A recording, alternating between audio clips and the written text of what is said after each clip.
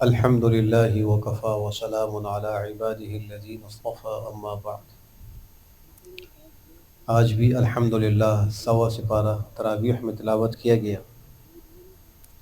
تلاوت کا آغاز سورۃ النساء سے ہوا ہے۔ یہ مدنی صورت ہے، اور عجیب بات یہ ہے کہ پورے قرآن میں سورۃ الرجال کے نام سے کوئی آپ کو صورت نہیں ملے گی، لیکن عورتوں کی صورت کا ذکر ہے اور وہ سورۃ النساء ہے۔ پھر بھی خواتین یہ کہتی ہیں کہ ہمارے حقوق کا خیال نہیں رکھا جا رہا، تو قرآن کریم میں مردوں کے لیے کوئی صورت خاص طور پہ اس نام کے ساتھ نہیں رکھی گئی لیکن عورتوں کے لیے اس کا اہتمام کیا گیا۔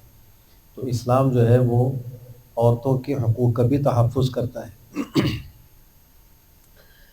سورت کے آغاز میں تخلیق انسانیت کے ابتدائی دور کا تذکرہ ہے کہ جب اللہ نے حضرت آدم علیہ السلام کو پیدا کیا اور پھر انہی سے ان کا جوڑا بنایا، اور پھر ان دونوں سے انسانیت کو اللہ نے اس زمین پر پھیلایا۔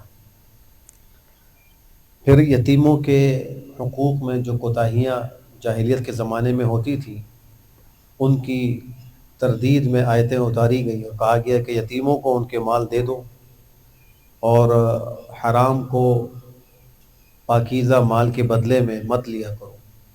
چونکہ وہ لوگ ایسے ہی کرتے تھے کہ یتیموں کا مال جو اچھا ہوتا تھا لے لیا کرتے تھے اور اپنے مالوں کے ساتھ ان کو ملا لیا کرتے تھے، تو یہ حرام ہے۔ آج بھی یتیموں کے ساتھ بہت زیادتی کی جاتی ہے اور ان کے اموال کے اندر ان کے حقوق میں بڑی کوتاہی کی جاتی ہے۔ اس کو بہت بڑا گناہ قرار دیا گیا ہے۔ پھر یہ بھی فرمایا کہ ایک مرد کو 2، 3 اور 4 تک نکاح کی اجازت ہے، جس کو تعدد ازدواج کہا جاتا ہے۔ تو اگر حقوق کا خیال کر سکتا ہو اور اس کو اللہ نے اتنی وسعت دی ہو تو اس کے لیے یہ حکم ہے، لیکن اگر کوئی حقوق کا خیال نہیں کر سکتا تو اس کے لیے حکم یہی ہے کہ وہ ایک ہی پر اکتفا کرے۔ اس میں جانبین سے غلطی واقع ہو رہی ہے۔ بعض لوگ جو ہے وہ تعدد ازدواج کو بالکل ہی غلط سمجھتے ہیں، یہ بات بھی غلط ہے۔ اس کے لیے منع ہے جو حق ادا نہیں کر سکتا۔ جو حق ادا کر سکتا ہے اگر وہ کر رہا ہے تو اس میں رکاوٹ نہیں بننا چاہیے۔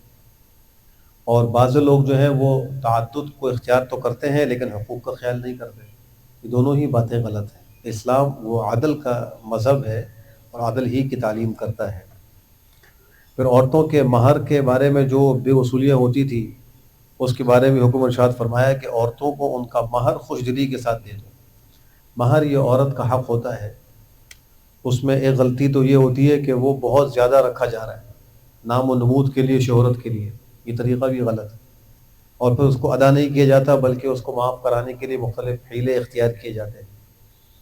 تو مہر مناسب ہو اور جانبین کی رضامندی سے ہو اور اس کو ادا کرنے کا اہتمام ہو اور خوشی کے ساتھ اس کو ادا کیا جائے۔ اگر بغیر جبر کے، بغیر کسی دباؤ کے بیوی معاف کر دے تو یہ اس کا حق ہے، معاف کر سکتی ہے، شوہر کے لیے حلال ہو جائے۔ لیکن دباؤ ڈلوا کر کسی طرح اس کو مجبور کر کے معاف کرانا، اس سے مہر معاف نہیں ہوتا بلکہ وہ ذمے میں قرض رہتا ہے۔ بہت سے علاقوں میں یہ دیکھا گیا ہے کہ جب کسی کا انتقال ہوتا ہے تو میت کو اٹھانے سے پہلے بیوہ کو کہتے ہیں کہ تم اپنا حق اس کو معاف کر دو، مہر معاف کر دو۔ بیچاری ویسے ہی غم میں ہوتی ہے اور پھر اس سے ہی حق معاف کرایا جا رہا ہوتا ہے۔ یہ انتہائی نامناسب طریقہ ہے۔ اگر اس نے بادر نخواستہ مہر معاف بھی کر دیا یا کسی جبر اور دباؤ کے تحت معاف کر دیا تو دونوں صورتوں میں معاف نہیں ہوگا بلکہ اس کے ذمے میں وہ باقی رہے گا۔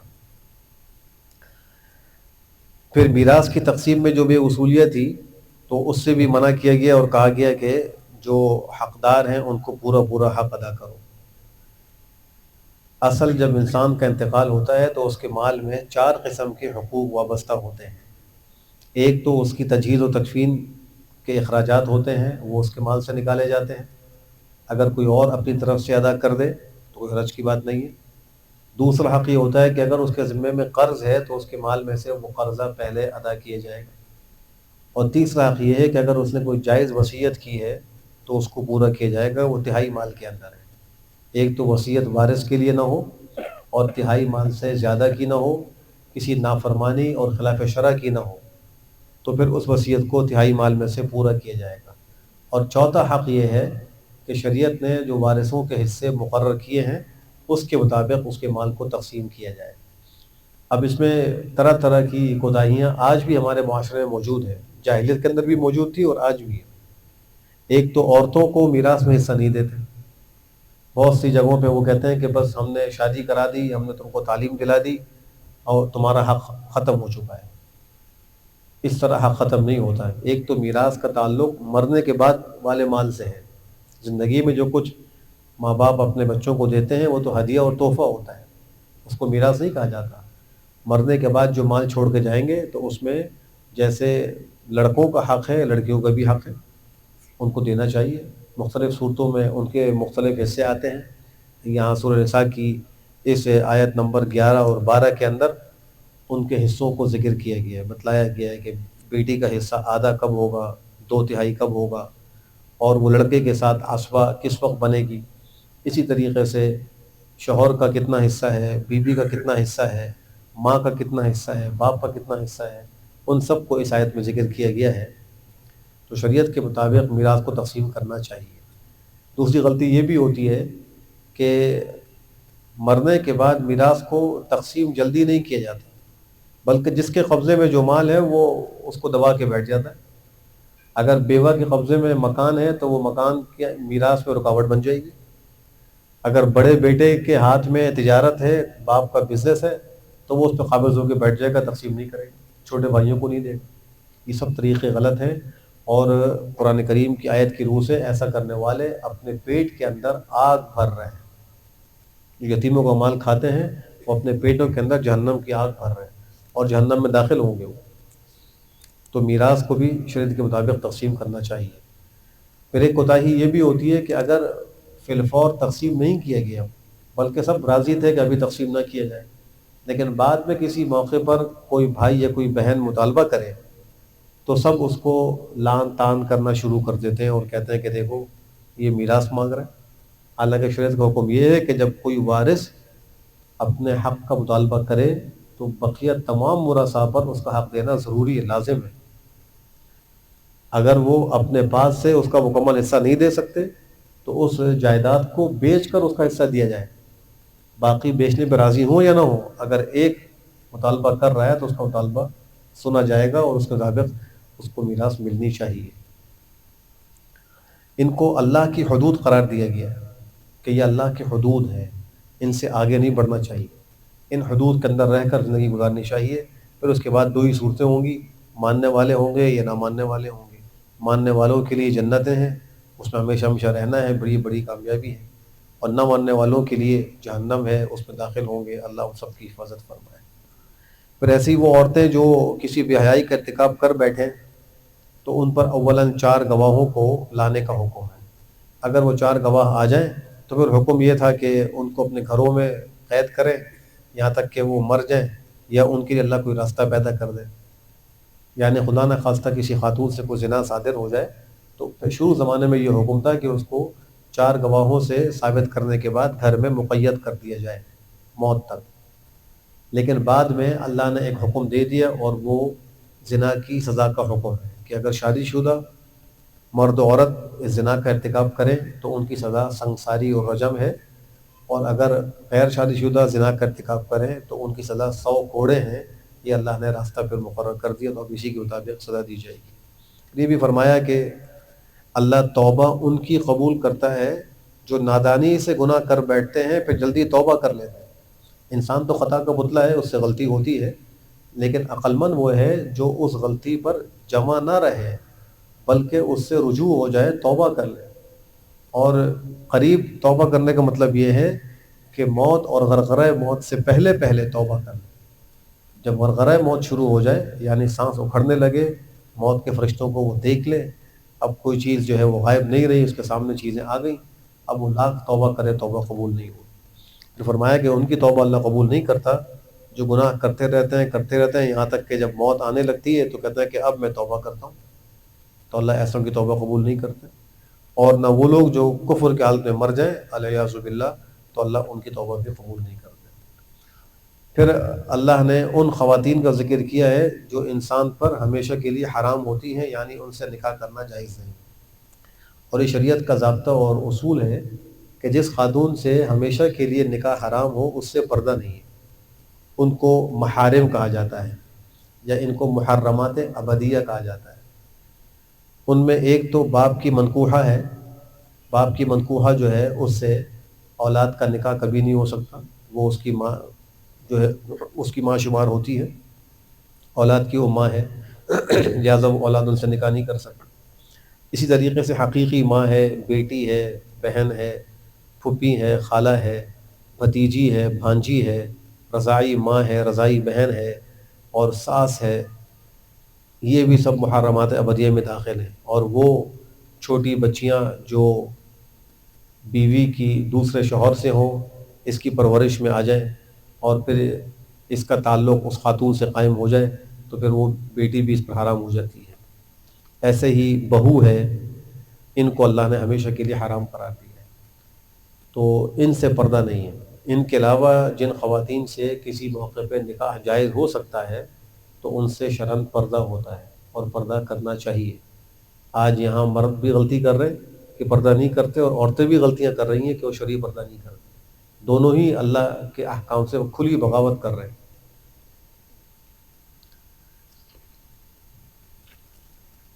پھر فرمایا کہ آپس میں ایک دوسرے کے مال کو باطل طریقے سے مت کھاؤ، تجارت ہو آپس کی رضامندی سے ہو تو اس کی اجازت ہے، اور بغیر کسی کی رضامندی کے چھین کر، جھوٹ بول کر، دھوکہ دے کر اس طرح مال کھانا حلال نہیں۔ پھر فرمایا کہ اللہ نے مردوں کو عورتوں پر حاکم مقرر کیا ہے دو وجوہات کی وجہ سے۔ ایک تو یہ کہ اللہ نے مردوں کو عورتوں پر فضیلت دی ہے، وہ مال خرچ کرتے ہیں، یہ دو وجوہات ہیں، مہر دیتے ہیں، عورتوں کے خرچے نفقے دیتے ہیں، اس وجہ سے اللہ نے ان کو حاکم اور ایک درجہ اونچا کر کے بنایا ہے۔ پھر جو خواتین ہیں ان میں نیک، تابعدار اور ناموس کی حفاظت کرنے والی، یہ جو ہیں ایسی ہیں کہ ان کے ساتھ اچھی طرح سلوک کیا جائے، اور جو نافرمانی کرنے والی ہوں تو ان کے بارے میں اول حکم یہ ہے کہ ان کو نصیحت کی جائے، نمبر 2 یہ کہ ان سے بستر الگ کر دیے جائیں، نمبر 3 یہ کہ ان کی تھوڑی سی پٹائی کر دی جائے، تو اس طریقے سے ان کی اصلاح کی جا سکتی ہے۔ پھر اگر وہ بات مان لیں تو اب ان پر کوئی زیادتی نہ کی جائے۔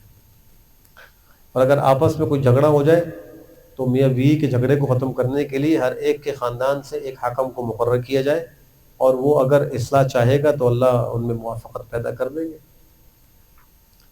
اس کے بعد اہل ایمان کو پانی نہ ہونے کی صورت میں تیمم کے کرنے کا حکم بھی اسی صورت میں دیا گیا ہے۔ یہ شریعت کی ایک آسانی ہے، اللہ کی مہربانی ہے کہ اگر ایک آدمی بیماری کی وجہ سے پانی استعمال نہیں کر سکتا، وضو نہیں کر سکتا، غسل نہیں کر سکتا، تو وہ تیمم کر لے، اس کی تیمم جائز ہے۔ یا اگر سردی ہے اور اس کو یہ اندیشہ ہے کہ میں ٹھنڈے پانی سے وضو کروں گا تو بیمار ہو جاؤں گا یا مر جاؤں گا یا میرے ہاتھ پاؤں شل ہو جائیں گے، تو پھر وہ وضو نہ کرے بلکہ تیمم کر لے۔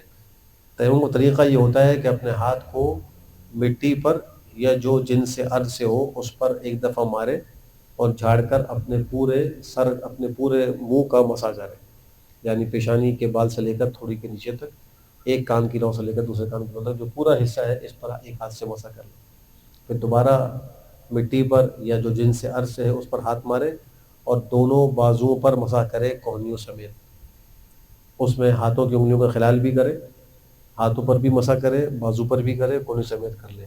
بس یہ دو جو اس کے اعضاء ہیں، بازو اور چہرہ، اس پر مسح کرنے سے تیمم پورا ہو جاتا ہے، چاہے وضو کے لیے تیمم کرنا ہو چاہے غسل کے لیے تیمم کرنا ہو، دونوں کا طریقہ ایک ہی ہے۔ پھر اللہ سبحانہ و تعالیٰ نے ان لوگوں کا بھی ذکر کیا کہ جن کو کتاب کا علم دیا گیا تھا لیکن پھر بھی وہ بت کے آگے جھکتے ہیں، اس پر ایمان لاتے ہیں۔ کعب ابن اشرف اور اس کے کچھ ساتھی جب یہ مکہ مکرمہ پہنچے تھے غزوہ بدر کی تعزیت کے لیے مشرکین مکہ سے، تو وہاں انہوں نے کہا کہ تم تو اہل کتاب ہو، بتاؤ ہم ہدایت پر ہیں یا یہ مسلمان ہدایت پر ہیں؟ تو ان لوگوں نے کہا کہ تم ان اہل ایمان سے زیادہ ہدایت پر۔ مشرکین کو کہتے ہیں یہ ہدایت پر ہے، حالانکہ وہ تو شرک پر تھے اور ایک باطل پر تھے، لیکن انہوں نے کہا کہ ہدایت پر۔ اور پھر انہوں نے کہا کہ ہم تمہاری بات جب مانیں گے جب تو ہمارے بتوں کو سجدہ کرو، بتوں کو سجدہ بھی کر لیا۔ تو اللہ فرماتے ہیں کہ یہ وہ لوگ ہیں ان پر اللہ کی لعنت ہے، اور جس پر اللہ لعنت کر دے تو اس کا کوئی مددگار نہیں ہوتا۔ پھر ان کے بخل کا بیان ہے کہ اگر ان کو اللہ بادشاہت میں سے کوئی حصہ دے دے تو وہ لوگوں کو ایک دھاگے کے برابر بھی نہ دے۔ یہ ایسے بخیل ہیں، لوگوں سے حسد کرتے ہیں جو اللہ نے اپنے فضل سے ان کو عطا کیا ہے، یعنی نبوت ہے یا دیگر کچھ فضائل ہیں، اس پر یہ حسد کرتے ہیں۔ پھر ایسے کافروں کے بارے میں فرمایا کہ ہم ان کو جہنم میں داخل کریں گے، جب ان کی کھالیں جل جائیں گی تو ہم اس کے بدلے میں دوسری کھالوں کو پیدا کریں گے تاکہ وہ عذاب کا ذائقہ چکھتے رہیں اور ان کی تکلیف میں کمی نہ ہو۔ اور جو اہل ایمان ہیں، نیک عمل کرنے والے ہیں، ان کے لیے جنات ہیں، اس میں ہمیشہ ہمیشہ رہیں گے، ان کے لیے پاکیزہ عورتیں ہیں اور گھنے سائے ہیں، اس میں اللہ ان کو داخل کرے گا۔ ایک منافق اور یہودی کا جھگڑا تھا اسی مسئلے میں، وہ پیغمبر کی خدمت میں آئے اور آ کر اپنا مسئلہ پیش کیا۔ اس میں منافق غلط تھا، وہ باطل پر تھا، یہودی حق پر تھا۔ آپ نے مسئلہ سن کر یہودی کے حق میں فیصلہ دے دیا۔ جب وہاں سے باہر نکلے تو منافق نے کہا کہ میں اس فیصلے کو نہیں مانتا، حضرت عمر کے پاس چلو، وہ فیصلہ کریں گے۔ وہاں پہنچے، پوری بات بتلائی، جب انہوں نے پوری بات سن لی تو کہا کہ اچھا ایسا ہی ہوا ہے۔ منافق نے کہا کہ ہاں ایسا ہی ہوا ہے، تو گھر کے اندر گئے اور آ کر تلوار سے اس منافق کی گردن کو اڑا دی اور کہا کہ جو میرے نبی کے فیصلے پہ راضی نہیں ہوگا اس کا فیصلہ عمر ایسے ہی کرتا ہے۔ اب منافقین نے بہت شور شرابہ کیا کہ یہ تو مسلمان تھا جو کہ ظاہر کلمہ پڑھتا تھا، اندر سے منافق تھا، تو کہا کہ یہ تو موافقت اور اصلاح اور مصالحت کے لیے گئے تھے، جھگڑے کے لیے نہیں گئے تھے، ان کو قتل کر دیا، ہمیں دیت دلائی جائے، فلاں چیز ایسا کیا جائے۔ تو اللہ نے ایسے منافقوں کے عیبوں کو کھولا، نفاق کو کھولا، ان کی شرارتوں کو بیان کیا اور حضرت عمر کے حق پر ہونے کا ذکر کیا اور فرمایا کہ آپ نے نہیں دیکھا ان لوگوں کو جو یہ خیال کرتے ہیں کہ وہ آپ کے اوپر اتاری گئی کتاب پر ایمان لائیں اور آپ سے پہلی کتابوں پر بھی ایمان لائے ہیں، حالانکہ وہ اپنا فیصلہ جو ہے وہ طاغوت سے کراتے ہیں۔ ہاں، ان کو حکم یہ دیا گیا ہے کہ اس کا انکار کریں۔ جب پیغمبر کے پاس مقدمے کو لے کر آ رہے تھے تو اس سے پہلے منافق اور یہودی کا اس پہ بھی اختلاف ہوا تھا۔ منافق کہتا تھا کہ کعب ابن اشرف یہودی کے پاس چلو، وہ ہمارا فیصلہ کرے گا، اور یہودی کہتا تھا کہ نہیں، نبی کے پاس چلو، وہ فیصلہ کرے گا۔ چونکہ یہودی جانتا تھا کہ یہ نبی برحق ہے، یہ صحیح فیصلہ کریں گے، اور منافق یہ سمجھتا تھا کہ میں باطل پر ہوں، اگر نبی کے پاس جاؤں گا تو وہاں تو عدل ہوگا، اور یہ یہودی طاغوت جو ہے کعب ابن اشرف، اس کے پاس جاؤں گا تو یہاں رشوت دے کر یا کچھ اپنے تعلقات استعمال کر کے اپنے حق میں فیصلہ کروا لوں گا۔ تو اس کو یہ امید تھی، اس لیے وہ وہاں لے کے جانا چاہتا۔ تو اللہ فرماتے ہیں کہ ایک طرف دعویٰ ہے قرآن کریم پر، گزشتہ کتابوں پر ایمان لانے کا، دوسری طرف اپنے فیصلے کراتے ہیں طاغوت سے اور یہودیوں سے، کافروں سے۔ پھر یہ بھی فرمایا کہ جب تک پیغمبر کو اپنے آپس کی اختلافات میں حکم مقرر نہیں کریں گے تو یہ ایمان لانے والے نہیں ہوں گے۔ پھر وہ اپنے دلوں میں کوئی تنگی بھی محسوس نہ کریں۔ اس کا مطلب یہ ہوا کہ جب بھی کوئی اختلاف ہو یا کوئی مسئلہ درپیش ہو تو شریعت کی روشنی میں اس کو حل کیا جائے اور اس کے حل پر دل سے مطمئن بھی ہو۔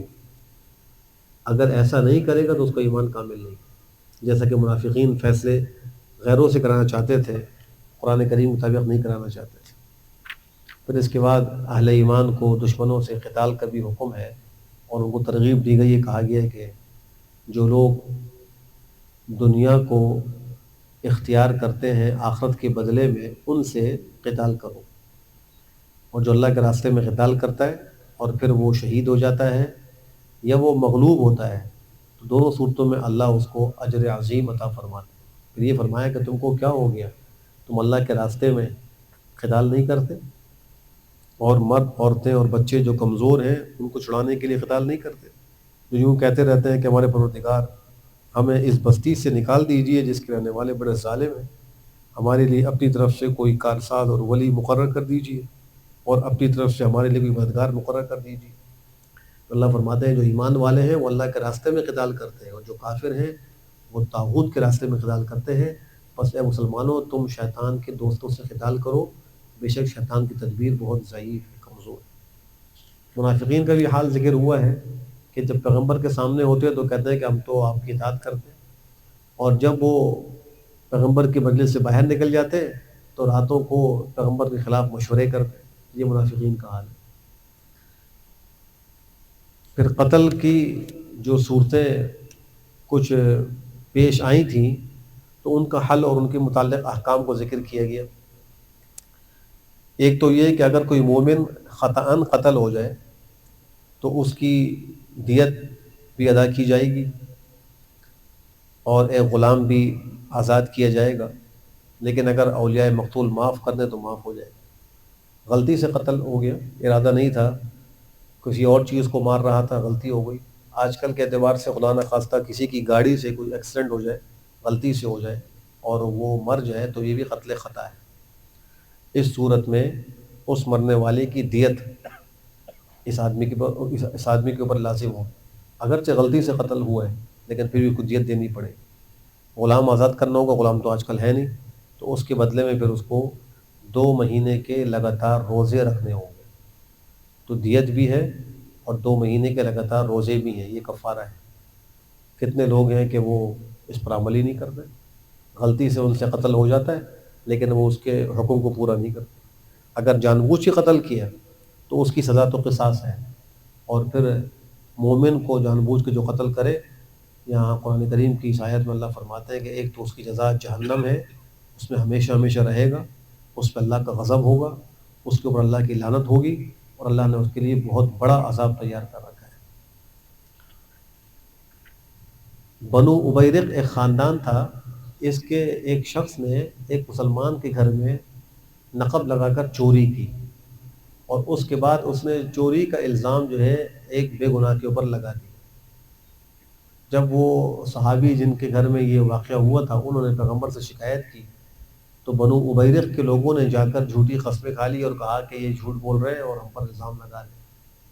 تو ان کے اس قسم سے پیغمبر ہی متاثر ہوئے، لیکن اللہ نے وحی اتار کر ان منافقین کے پردے کو چاک کیا اور ان صحابہ کی برات کا اعلان کیا، اور ایسے ہی جو ایک یہودی پر انہوں نے الزام لگایا تھا اس کی برات بھی اللہ نے اسی سورت کے اندر ذکر فرمائی ہے۔ پھر پیغمبر کو یہ فرمایا اللہ نے کہ اگر آپ کے اوپر اللہ کا فضل اس کی رحمت نہ ہوتی تو ان لوگوں میں سے ایک گروہ آپ کو گمراہی کر دیتا، یعنی پوری کوشش کرتے رہتے، مشرکین بھی، یہود و نصارہ بھی پیغمبر کو راہ حق سے ہٹانے کی کوشش کرتے رہے، لیکن اللہ کا فضل تھا، اس کی رحمت تھی کہ وہ اپنے منصوبوں میں کامیاب نہیں ہو سکے۔ پھر فرمایا کہ ان لوگوں کی بہت سی سرگوشیوں میں کوئی خیر نہیں ہے، جو چپ کے باتیں کرتے ہیں ان میں خیر نہیں ہے۔ خیر کس میں ہے؟ جو صدقے کا حکم کرے، نیکی کا حکم کرے، یا لوگوں کے درمیان اصلاح کی کوشش کرے، تو اس میں خیر ہے۔ تو انسان کو وہ کام کرنے چاہیے جو اس کے لیے بہتر ہو، جس میں کوئی خیر نہ ہو تو وہ کام نہیں کرنے چاہیے۔ پھر یہ بھی فرمایا کہ جو رسول کی مخالفت کرے گا ہدایت کے واضح ہونے کے بعد، مسلمانوں کے راستے کو چھوڑ کر کسی اور راستے پر چلے گا تو جہاں جا رہا ہے ہم اس کو جانے دیں گے اور آخر میں اس کو جہنم میں داخل کر دیں گے۔ تو ایک تو رسول کی مخالفت نہیں کرنی چاہیے اور اہل ایمان کے طریقے کو نہیں چھوڑنا چاہیے۔ یہ بھی فرمایا کہ اللہ شرک کے سوا تمام گناہوں کو جس کے چاہے گا معاف کر دے گا، شرک کو معاف نہیں کرے گا، اور جو اللہ کے ساتھ شرک کرے وہ بہت دور کی گمراہی میں جا پڑا۔ شیطان کا بھی یہاں ایک وہ وعدہ ذکر کیا ہے جو اس نے بنی آدم کے بارے میں اللہ کے سامنے کیا تھا۔ ایک تو اس نے یہ کہا تھا کہ اے اللہ میں آپ کے بندوں میں سے اپنا مقررہ حصہ ضرور لے لوں، یعنی ان کو گمراہ کروں گا، ان کو امید دلاؤں گا، ان کو حکم کروں گا تو وہ چوپائے جانوروں کے کانوں کو کاٹیں گے۔ مشرکین مکہ یہ کرتے تھے کہ کسی جانور، اونٹنی یا کوئی سانڈ وغیرہ، اس کے کان کو کاٹ کر بدھ کے نام پر چھوڑ دیا کرتے تھے، یہ غیر اللہ کے نام پر نامزد کرنا ہے۔ اسی طریقے سے فرمایا کہ میں ان کو حکم کروں گا تو وہ اللہ کی تخلیق میں تبدیلیاں کریں گے۔ تخلیق میں تبدیلی کیا ہے؟ مثلا جسم کو گدوانا، بہت سے لوگ ہیں وہ جسم گدوا کے اس میں رنگ وغیرہ بھر کر نقش و نگار بناتے ہیں۔ اسی طریقے سے عورتیں جو ہیں وہ بالوں کے ساتھ جوڑ لگاتی ہیں، پلکوں کے ساتھ جوڑ لگاتی ہیں اور پلکیں بنواتی ہیں، یہ سب تغییر خلق اللہ میں داخل ہے۔ ایسے ہی جو مرد داڑیاں منڈواتے ہیں یا کاٹتے ہیں، یہ بھی اللہ کی تغییر میں، اللہ کی تخلیق میں تغییر ہے کہ اللہ نے تو مردوں کو داڑھی سے نوازا ہے اور وہ اس کو کاٹ رہے ہیں، بوٹ رہے ہیں۔ تو یہ بھی کسی بھی مسلک میں جائز نہیں ہے۔ ایک مشت داڑھی رکھنا تینوں طرف سے مسلمان مردوں پر واجب اور ضروری ہے، اس سے کم کرنا ناجائز اور حرام ہے، گناہ بے لذت ہے، 24 گھنٹے کا گناہ ہے۔ پھر یہ بھی فرمایا کہ شیطان سوائے دھوکے کی کوئی وعدہ نہیں کر رہا، وہ جھوٹ وعدے کرتا ہے، مسلمانوں کو امید دلاتا ہے اور ان کو گمراہ کرنے کی کوشش کرتا ہے، سوائے جھوٹ کے اور کچھ نہیں۔ ان کا ٹھکانہ جہنم ہے، جو اس کی بات مانیں گے اور اس سے بچنے کا کوئی راستہ نہیں پائیں گے۔ برخلاف اہل ایمان، ان کے لیے جنتیں ہیں، اس میں ہمیشہ رہیں گے، اللہ کا پکا اور سچا وعدہ ہے۔ پھر فرمایا کہ عورتوں کے بارے میں آپ سے فتویٰ پوچھتے ہیں کہ ان کے بارے میں کیا حکم ہے، تو اے نبی آپ کہہ دیجئے کہ اللہ بھی فتویٰ دیتا ہے ان کے بارے میں، اور اللہ کی آیات بھی، کہ جو یتیم بچیاں ہیں کہ جن کو ان کا مقرر حصہ تم نہیں دیتے، ان سے نکاح میں بے رغبتی کرتے ہو، تو اللہ ان سب کے بارے میں فتویٰ دیتے ہیں کہ ان کو ان کا حق ادا کرو اور ان کے ساتھ انصاف کا معاملہ کرو۔ پھر فرمایا کہ اگر کسی عورت کو اپنے شوہر سے سرکشی کا یا اعراض کا خوف ہو تو وہ صلح کر سکتے ہیں آپس میں، یا اس کو یہ خیال ہے کہ میرا شوہر میرا خیال نہیں رکھے گا، میرے حق ادا نہیں کرے گا، تو وہ صلح بھی کر سکتی ہے۔ جیسے اس کو خلا کا اختیار ہے، اگر اس کے حقوق ادا نہ کیے جائیں تو وہ اپنے حق کو چھوڑ کر صلح بھی کر سکتی ہے۔ فرمایا کہ صلح کے اندر خیر ہے، بہتری اسی کے اندر ہے کہ وہ نباہ کر لیں۔ پھر فرمایا کہ ایمان والو، تم انصاف کو قائم کرنے والے ہو جاؤ، اللہ کے لیے گواہی دینے والے ہو، اگرچہ اپنی جانوں کے خلاف ہی کیوں نہ ہو، ماں باپ کے خلاف کیوں نہ ہو، قرابت داروں کے خلاف کیوں نہ ہو۔ گواہی ہمیشہ سچی دینی چاہیے، جھوٹی گواہی نہیں دینی چاہیے۔ یہ سوچ کر کہ یہ میرا بھائی ہے، یہ میرا دوست ہے، جھوٹی گواہی دے دے، قطعاً ناجائز اور حرام۔ پھر آخر سپارے کے اندر جو ہے وہ منافقین کے کچھ احوال کا ذکر ہے، کہ ایک تو یہ کافروں کو دوست بناتے ہیں، کافروں کے پاس اپنی عزت تلاش کرتے ہیں، نماز سستی کے ساتھ پڑھتے ہیں، مسلمانوں پر مصائب اور آلام کے منتظر رہتے ہیں۔ اگر مسلمانوں کو فتح ملے تو کہتے ہیں ہم تمہارے ساتھ تھے، ہمارا حصہ لاؤ۔ اگر کافروں کو حصہ مل جائے تو کہتے ہیں کہ دیکھو ہم تم پہ غالب نہیں آ گئے تھے، پھر ہم نے مسلمانوں کو تم سے ہٹایا۔ اس قسم کے پروپیگنڈے کر کے اور سازشیں کر کے دنیاوی مال و متاع حاصل کرتے رہتے ہیں۔ فرمایا کہ یہ منافقین اللہ کے نبی کو دھوکہ دیتے ہیں، اللہ ان کو ان کے دھوکے کا بدلہ دے گا۔ جب نماز کے لیے کھڑے ہوتے ہیں سستی کے ساتھ کھڑے ہوتے ہیں، لوگوں کو دکھانے کے لیے کھڑے ہوتے ہیں، بہت تھوڑا ذکر کرتے ہیں، اور وہ تذبذب میں رہتے ہیں، شک و شبے میں رہتے ہیں، نہ ادھر ہوتے ہیں نہ ادھر ہوتے ہیں، درمیان میں چل رہے ہوتے ہیں۔ جن کو اللہ گمراہ کر دے، آپ ان کے لیے ہرگز کوئی راستہ نہیں پائیں گے۔ اہل ایمان کو حکم ہے کافروں کو دل دوست نہ بناؤ، مومنوں کو چھوڑ کر۔ کیا تم یہ چاہتے ہو کہ تم اللہ کے لیے اپنے خلاف ایک واضح دلیل قائم کر لو؟ منافقین جہنم کے سب سے نچلے طبقے میں ہوں گے، لیکن جو توبہ کر لے، اپنے اعمال کی اصلاح کر لے، اللہ کے دین کو مضبوطی سے پکڑ لے، اپنے دین کو اللہ کے لیے خالص کر لے، تو یہ اہل ایمان کے ساتھ ہوں گے۔ اللہ مومنوں کو اجر عظیم عطا کرے گا۔ اور 5ویں سپارے کی آخری آیت بڑی ہی امید افزا اور رحمت والی آیت ہے، جس میں اللہ فرماتے ہیں کہ ما یفعل اللہ بعذابکم ان شکرتم وآمنتم وکان اللہ شاکرا علیم۔ اللہ تم کو کیا کرے گا عذاب دے گا اگر تم شکر کرو ایمان لاؤ۔ اگر تم شکر کرو ایمان لاؤ، اللہ تم کو عذاب دے کر کیا کرے گا؟ اللہ تو بڑا قدردان ہے، جاننے والا ہے۔ تو اللہ ہم سب کو ایمان اور شکر کی توفیق نصیب فرمائے۔ الحمدللہ رب العالمین والعاقبۃ للمتقین والصلاۃ والسلام علی خیر خلقہ محمد وعلی آلہ وصحبہ اجمعین۔ اللهم أرنا الحق حقا وارزقنا اتباعه وأرنا الباطل باطلا وارزقنا اجتنابه۔ ربنا آتنا في الدنيا حسنة وفي الآخرة حسنة وقنا عذاب النار۔ اے اللہ ہمارے صغائر و کبائر کو معاف فرما۔ اے اللہ رحم الراحمین پوری امت مسلمہ کے گناہوں کو معاف فرما۔ اے اللہ ہم سب کو شامت اعمال سے محفوظ فرما۔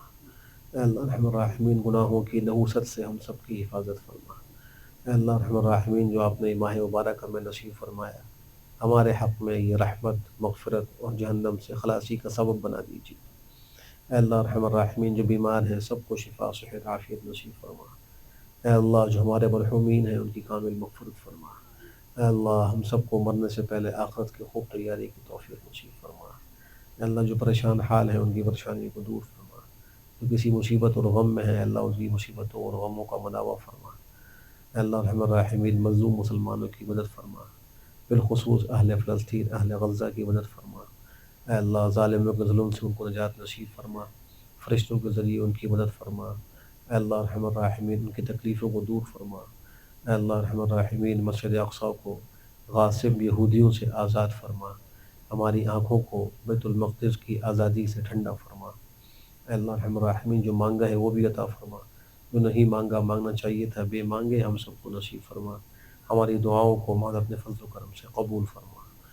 سبحان ربك رب العزة عما يصفون وسلام على المرسلين والحمد لله رب العالمين وصلى الله وسلم على خير خلقه محمد وعلى آله وصحبه أجمعين برحمتك يا أرحم